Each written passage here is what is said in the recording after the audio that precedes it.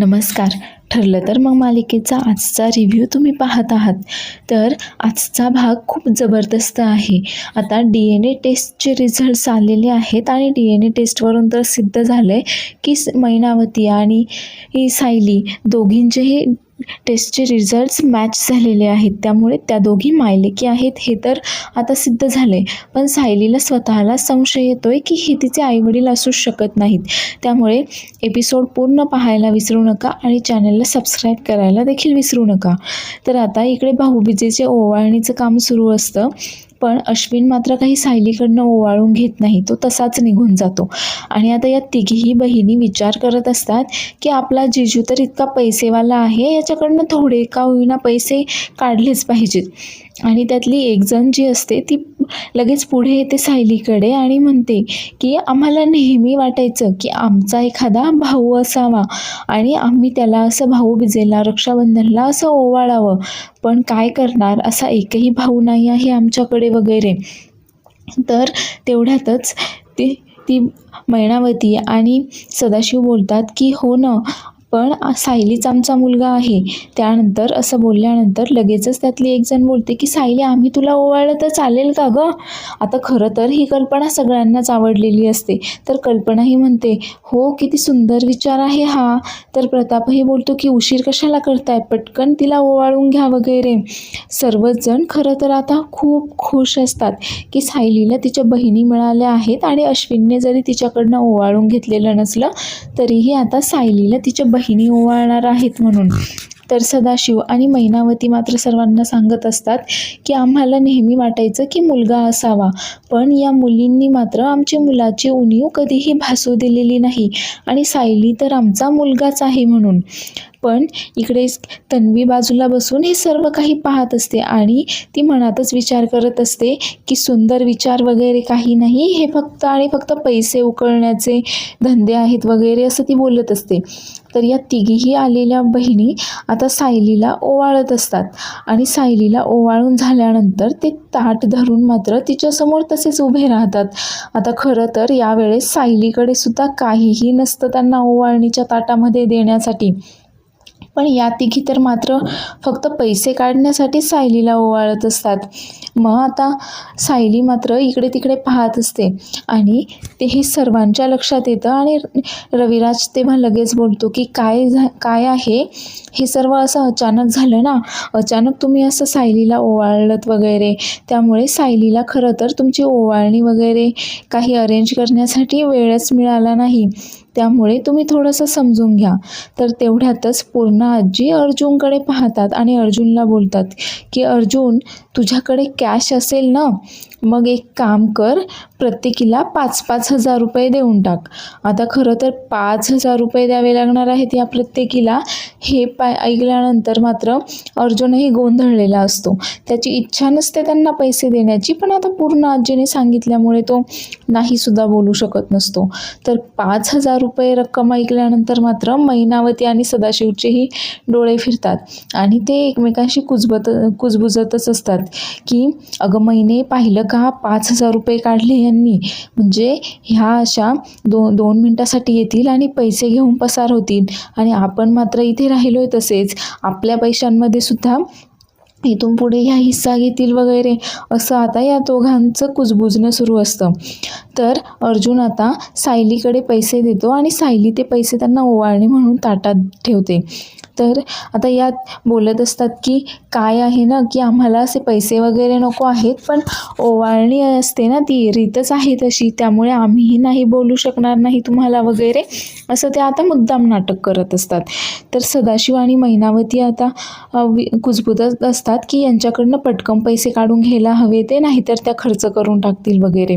आणि लगेचच त्यांना पैसे मिळताच मैनावती त्यांच्याकडे जाते आणि त्यांना काहीशी सांगत असते की पैसे माझ्याकडे द्या चुपचाप, काय करणार आहात तुम्ही एवढ्या पैशाचं, तुम्ही खर्चून टाकाल वगैरे असं बोलत असते त्यांना. आणि घरातील सर्वजण आता सदाशिव आणि मैनावतीकडेच पाहत असतात. अर्जुनला तर खूप जास्त संशय येत असतो, पण त्या मुलीही खूप चालाक असतात. त्या लगेचच सायलीला बोलतात की सायली, आम्ही येतो हां परत. आणि लगेचच तिथून काढता पाय घेतात. तर त्यातील एक जण बोलते की हो ना, मला जॉबवर जायचं आहे आणि मेकअपसुद्धा करायचा आहे. तर अस्मिता मात्र आश्चर्याने तिला विचारते की अजून मेकअप करायचा आहे तुला? तू नक्की काम काय करतेस गं?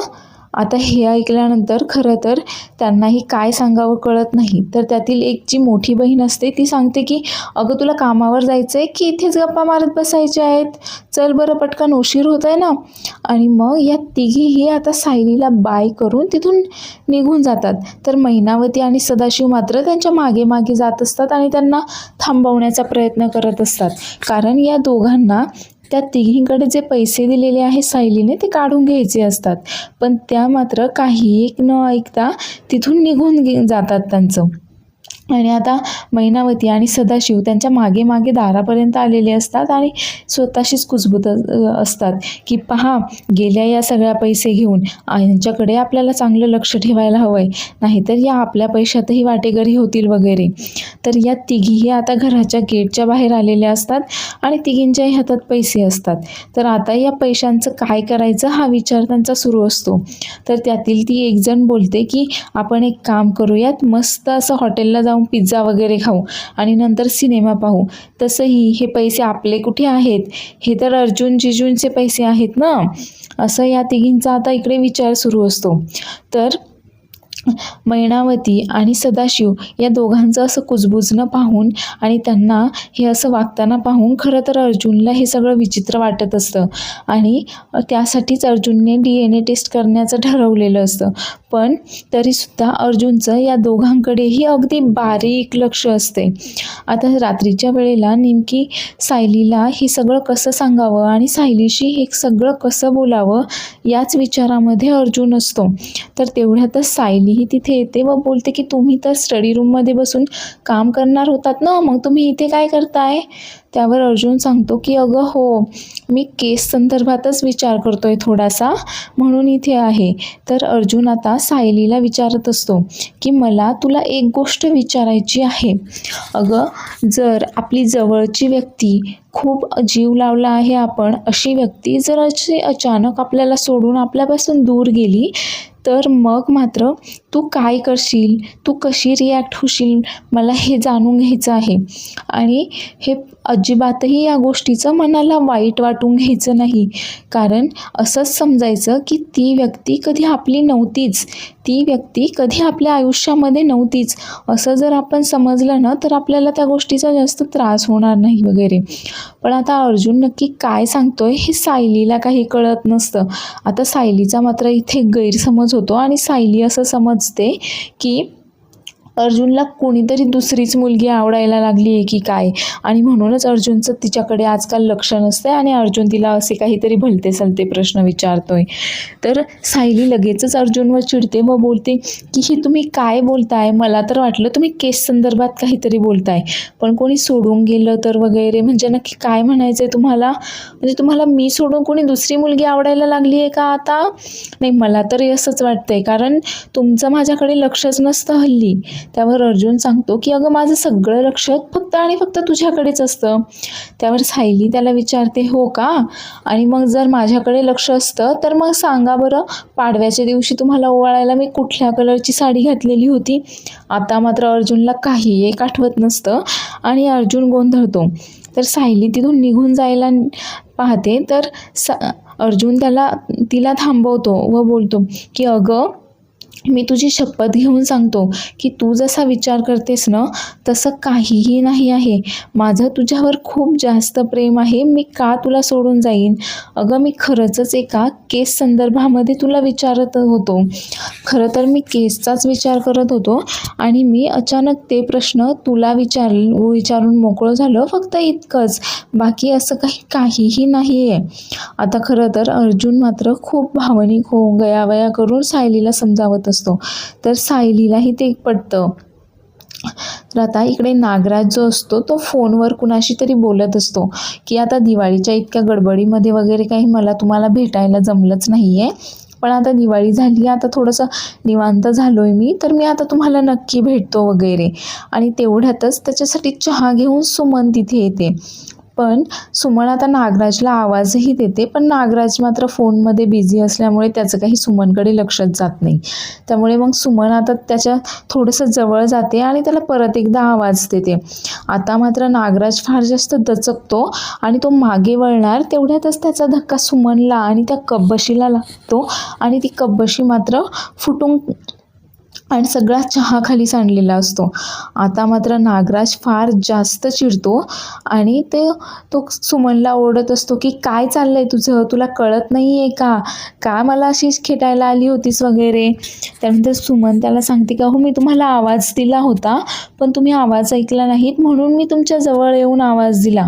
आता मात्र नागराज खूप जास्त चिडलेला असतो व बोलतो की माझं काय चाललंय काय नाही वगैरे यामध्ये तू लक्ष घालायची काही एक गरज नाही आहे. माझ्या ज्या काही भानगडी आहेत त्या सगळ्या मी माझा निस्तारेल वगैरे असं तो आता सुमनला ओरडत असतो. तर सुमन त्याला बोलते की अहो एकतर घरामध्ये तुमचा पाय टिकत नाही, तुम्ही कुठे जाता काय करता काहीच माहीत नसतं कुणाला, आणि त्यातल्या त्यात काल पाडवा होता आणि तरीसुद्धा तुम्ही काल दिवसभर घरी नव्हतात. आता हे ऐकल्यानंतर नागराजचं मात्र जास्तच डोकं फिरतं आणि तो आता सुमनला ओरडत असतो की काय करायला हवं होतं मग मी काय तुला दागिन्यांनी मढवू का, असं करू का तसं करू का, माझ्या भानगडींमध्ये तू अजिबातही लक्ष द्यायचं नाही, किती वेळा सांगितलंय तुला, असं सुमनवर ओरडून आता तो तिथून निघून जातो. तर दुसऱ्या दिवशी आता अर्जुन त्या DNA टेस्टच्या रिपोर्ट्सची वाट पाहत असतो आणि तेवढ्यातच चैतन्य तिथे येतो रिपोर्ट्स घेऊन. आता रिपोर्ट्स पाहिल्यानंतर खरं तर अर्जुनच्या पायाखालची जमीनच सरकते, कारण रिपोर्ट्सनुसार मैनावती आणि सायली या दोघींचेही सॅम्पल मॅच झालेले असतात. म्हणजेच या दोघीही मायलेकी आहेत हे मात्र रिपोर्ट्सनुसार आता सिद्ध झालेलं असतं. पण खरं तर अर्जुनला या सगळ्या गोष्टीचा धक्काच बसतो आणि आता चैतन्य त्याला विचारत असतो की अरे काय आहे नक्की रिझल्ट्स. तर अर्जुन ते पेपर्स आता चैतन्याकडे देतो आणि चैतन्यसुद्धा तो रिझल्ट्स पाहिल्यानंतर खूप जास्त आश्चर्यचकित होतो. तर अर्जुन विचार करत असतो की हे कसं शक्य आहे, या दोघींचे DNA कसे काय मॅच होऊ शकतात. तर बाहेरून हे सगळं काही दरवाजाला कान देऊन तन्वी ऐकत असते आणि खरं तर हे तन्वीचंच कटकारस्थान असतं. तर तन्वी स्वतःशीच बडबडत असते की हो आता दोघींचे सॅम्पल मॅच झाले आहेत म्हटल्यानंतर कुणालाही संशय येणार नाही की सायली आणि मैनावती या दोघी सख्या मायलेकी नाही आहेत, ती मैनावती माझी आई आहे यावर आता कुणाचाही विश्वास बसणार नाही वगैरे असं ती स्वतःशीच पुटपुटत असते. आणि खरं तर हे DNAचे जे काही सॅम्पल आहेत ते तिनेच चेंज केलेले असतात. म्हणजे जेव्हा अर्जुन सायलीसोबत गप्पा मारत बसतो आणि तो सायलीचा एक केस उपटतो तेव्हा बाहेर दरवाजाला कान देऊन हे सगळं काही तन्वी ऐकत असते आणि अर्जुनने सायलीचा तो केस आहे तो आता सॅम्पल म्हणून त्याच्या बॅगेमध्ये ठेवला आहे हे सुद्धा तिने पाहिलेलं असतं. आणि दुसऱ्याच दिवशी अर्जुनने आता मैनावतीचा सुद्धा केस मिळवला आहे DNA टेस्ट करण्यासाठी हे सुद्धा तन्वीच्या लक्षात आलेलं असतं आणि तिला तेव्हाच कळून जातं की कदाचित आता अर्जुन DNA टेस्ट करणार आहे आणि त्यामुळेच ती पटकन त्या सायलीचा सॅम्पल जो आहे तो चेंज करते आणि त्याच्या जागी ती तिचा एक केस तोडून त्या बॅगमध्ये ठेवते. तर आणि जेव्हा या तिघी बहिणी आलेल्या असतात तेव्हा त्या कशा प्रकारे फक्त आणि फक्त आता तन्वीलाच बबली समजत असतात आणि तिच्याकडेच बबली करत आलेल्या असतात. तर आणि त्यावेळेला सर्वजण तिथे हॉलमध्ये बसलेले असताना याच गोष्टीचा फायदा घेत तन्वी आता पटकन अर्जुनच्या रूममध्ये येते आणि सायलीचा तो DNA टेस्टसाठीचा सॅम्पल ती बदलवते. सायलीच्या जागी ती तिचाच एक केस तोडते आणि त्या बॅगमध्ये ठेवून देते. खरं तर याची काही एक भणक अर्जुन किंवा चैतन्य दोघांनाही नसते, पण मात्र या रिझल्ट्समुळे अर्जुनच्या पायाखालची जमीन सरकली हे मात्र नक्की. तर चैतन्यसुद्धा हैराण झाला आहे की या दोघी मायलेकी कशा काय असू शकतात म्हणून. तर नंतर सायली काहीतरी घरामध्ये काम करत बसलेली असते तेवढ्यातच सदाशिव आणि मैनावती हे दोघेही तिच्याकडे येतात. तर मैनावती तिला बोलत असते की सायली अगं आम्हाला घरात बसून ना खूप जास्त कंटाळा आला आहे, आम्हाला खरं तर बाहेर फिरायला जायचं होतं पण अगं बाहेर पाहिलं का ऊन किती आहे? त्यावर सदाशिव बोलतो की हो ना, बाहेर गेलो असतो आपण, पण बाहेर ऊनच इतकं आहे ना की डोळ्यांना खूप जास्त त्रास होतोय. त्यावर सायली सांगते की हो हो, बाहेर खूप जास्त ऊन आहे, तुम्ही दोघं अजिबातही बाहेर जाऊ नका बरं का. तर आता मैनावती सायलीला सांगते की अगं सायले, आमच्याकडे जर गॉगल असते ना तर आम्ही गेलो असतो बाहेर उन्हामध्ये फिरायला वगैरे. अगं तू एक काम कर ना, आमच्या दोघांसाठी 2 गॉगल मागव ना. एक काम कर, माझ्यासाठी काळा आणि तपकीर असे 2 रंगाचे गॉगल मागव हां. आणि तेवढ्यातच सदाशिव सायलीला बोलतो की सायले, अगं तुझी आई ना बघ इथे आली आहे तेव्हापासून या 2च साड्या घालून फिरतीये. अगं एवढ्या मोठ्या घरामध्ये सुभेदारांची वाहीण म्हणून ही 2 साड्या घालून फिरतीये, हे कितपत नीट दिसतं का गं? हे कितपत योग्य आहे हे? तर सायली ही आता त्यांच्या या विचित्र मागण्यांमुळे खूप अशी गोंधळून गेलेली असते. तर पुढील भागामध्ये आपण पाहणार आहोत की सदाशिव आणि मैनावती आता रस्त्याने भीक मागत असतात आणि तेवढ्यातच तिथे अर्जुन आणि सायली येतात. तर सायली त्या दोघांनाही आता गाडीमध्ये बसवते आणि घरी घेऊन येते. तर हा खरं तर या दोघांचाही एक प्लॅन असतो आणि सायलीला आता त्यांचं असं वागणं पाहून विश्वासच बसत नसतो की हे तिचे आईवडील असू शकतात. आणि ती सायली आता अर्जुनला बोलते की माझा तर विश्वासच बसत नाही आहे की हे माझे आईवडील आहेत म्हणून. माझे आईवडील असे रस्त्यामध्ये भीक मागणं शक्यच नाही आणि मला त्यांच्याबद्दल काहीही आपुलकी वगैरे वाटत नाही. यावरून मला तर असंच वाटतंय की ते माझे आईवडील नसावेत. पण अर्जुन तिला सांगतो की अगं DNA टेस्टचे रिझल्ट्स तर पॉझिटिव्ह आलेले आहेत.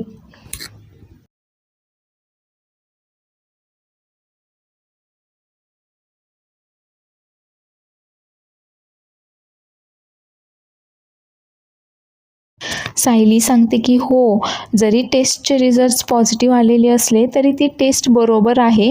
हे कशावरून असेल बरं? ती टेस्ट चुकीची सुद्धा असू शकते, त्याचा रिझल्ट चुकीचा सुद्धा असू शकतो. माझी तर खात्री आहे हे माझे आईबाबा नाही आहेत.